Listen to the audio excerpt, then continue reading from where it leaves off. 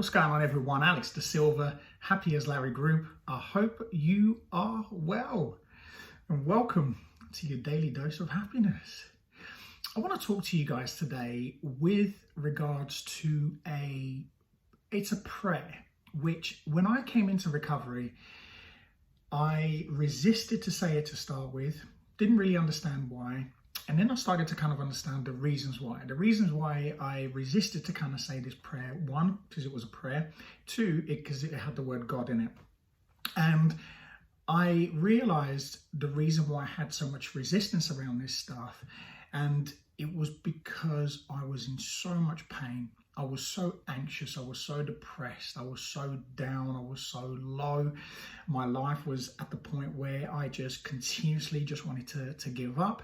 And I had nothing left. I had no self-esteem. You know, my ego was through the roof, and my self-esteem was at its lowest point. And I've said it a number of times. You know, for me, I had emotionally bankrupt. That's where I was. I was emotionally bankrupt. And when I kind of gave up the fight and I said to myself, look, what have we got to lose here? And I started to say, and it's the Serenity prayer, which I'm sure most people know. But it's only until I started to really understand the words that I realized how powerful that prayer actually is. And I started to realize, wow, like it really does work, and it started to really work for me. Now, if you don't know the prayer, I'm going to break it down. So it says, God, grant me the serenity to accept the things I cannot change, the courage to change the things I can, and the wisdom to know the difference. There is a longer version, but this is the version that I know. And I started to really understand what those words meant. God, grant me the serenity to accept the things I cannot change. And that for me meant, God, give me the peace, the clarity to accept things that I can't change. And what can I not change? People, places, things. I started to understand that. And as soon as I accepted those facts, the serenity, that peace, that calmness started to just allow me to just let go and understand that I don't need to be in control of everything. The only thing I need to control is me. So God, grant me the serenity to accept the things I cannot change, the courage to change the things that I can. So changing the things that I can. And what can I change? Every decision that I make. Every decision that I make, that's what I have control of. Of course, I have control of my kids when I need to just make sure, being a parent. You know, my son's going to be 22 next month. My daughter's coming up to, you know, she's 15.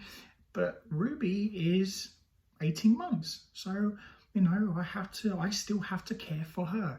But the most important thing, in order to be the best husband, the best father, the best son, the best friend, the best colleague, the best businessman, you know, the best version that I can possibly be, I have to make sure that I'm looking after me. I have to put me first. And that concept for me, somebody that never cared about himself, to do that was alien to me. It was alien because I thought, one, I thought I already did it. But two, I thought doing something like that after the chaos that I caused, not only in my life, but in other people's lives as well, I thought I wasn't worthy of that. Why on earth am I going to do that? But again, as soon as I accepted that I have to, there is no choice. In order for me to be the best version of me, I have to do this. It's a must. So God, grant me the serenity to accept the things I cannot change, the courage to change the things that I can. And in order for us to become the best version of ourselves, we have to have that courage. That courage has to come from within. It won't come from in here. It has to come from the heart. You have to fight through that. And then once you make that decision to do it, which is what I did, then things changed. The courage to change the things that I can, and the wisdom to know the difference. That's powerful, to be able to understand and to gain that wisdom, and just to understand, wow, I have a choice. Every day I have a choice. And I know that. I know that I have that choice, and that's the wisdom. It's just the wisdom to understand that I can control the things that I can, and I can change the things that I don't like. So I don't need to get involved in people, places, or things. I don't have to control other people. I don't have to control situations. I don't have to control anything that's out of me, other than the things that I'm responsible for. And understanding that, having the wisdom to understand and to know the difference, is so powerful. And as soon as I started to understand those words, it's not just saying it for the sake of saying it, just saying it, repeating it so it becomes like a second thing. It's understanding exactly what the words mean. What do they mean to me? What do they mean to you? If that's a prayer that you say, what does it mean to you? And the reason I want to share this, and it's not to kind of be godly or to be religious, the reason I'm sharing this, because in my toughest time, when I was anxious, when I felt depressed, when I was feeling stressed, 3 of the key things that really triggers mental health for us, and I think nowadays, in particular when I'm, thankfully I don't do this anymore. I'm not kind of waves of up and down, up and down. My life is pretty consistent. I'm very fulfilled in my life. But every now and then, of course, life kind of likes to give you challenges. So what I do is every morning I say that prayer. And I have a few other things that I say to myself as well. And I have my affirmations, and I share my gratitude. And it really helps me. And the reason I wanted to share that with you is because if you do suffer from stress, if you do suffer from anxiety, and you do suffer from depression, really start to understand what those words mean. See how it makes you feel to be able to just let go of that control, and to see whether it works for you. I used to say that prayer every single day when I first came into recovery, but a lot during those days, because it was tough. I was left with me, and I was struggling a lot from a mental health perspective, not having alcohol and my other substances that I could turn to, even food, which I was, using addictively to be able to try and manage all of those things.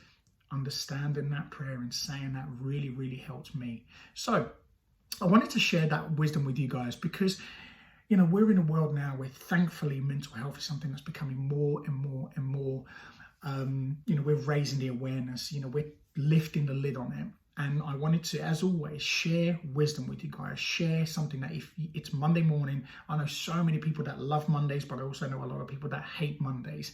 And if you are one of those people, or if you're anybody who is struggling or who is feeling stressed, I saw a little girl yesterday, and it broke my heart because I didn't get the opportunity to turn around and go and help her. But, she looked like she was having a panic attack, and the parents had it under control, and we were in a car park, and then they left.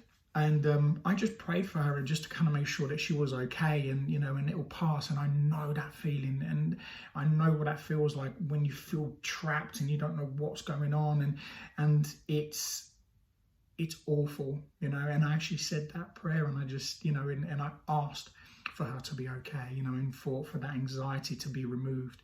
And hopefully it did, and hopefully she went on to have a lovely Sunday and a lovely weekend. So guys, have an amazing day, afternoon, evening, wherever you are in the world. And as always, be great, be fantastic, and be absolutely phenomenal today. And if you're struggling, try it. Let me know how it goes for you. And listen, be the best version of yourself. It's Monday. Love Mondays. I'll speak to you again very soon. Take care.